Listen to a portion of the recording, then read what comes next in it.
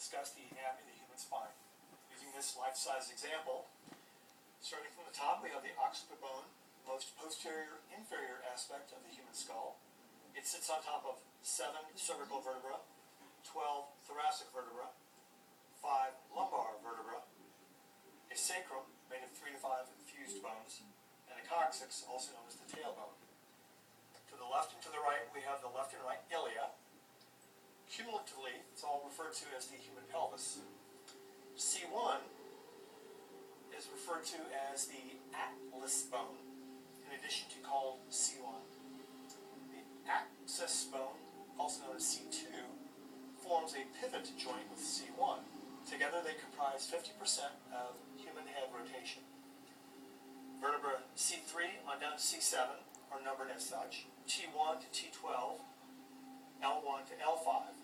Sacrum and coccyx referred to individually. The thoracic vertebra also articulate with 12 ribs. Cumulatively, they create the thoracic cage. Let's look at bones individually. The largest structure on the vertebra is the vertebral body.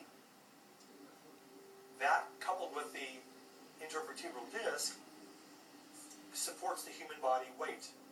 The disc itself is a relatively soft, jelly-like mass encased in an annulus fibrosus, which is tough connective tissue. In the center, you have a firmer jelly-like mass known as the nucleus pulposus.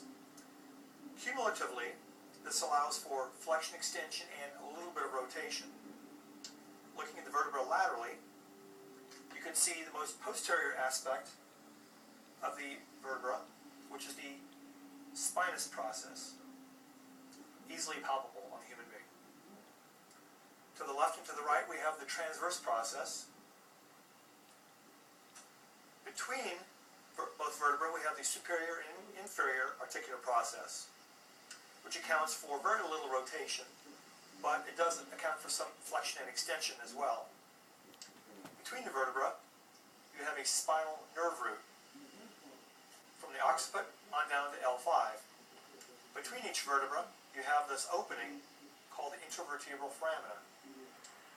The superior part of the opening is made from the inferior aspect of the vertebra above and the superior aspect of the vertebra below.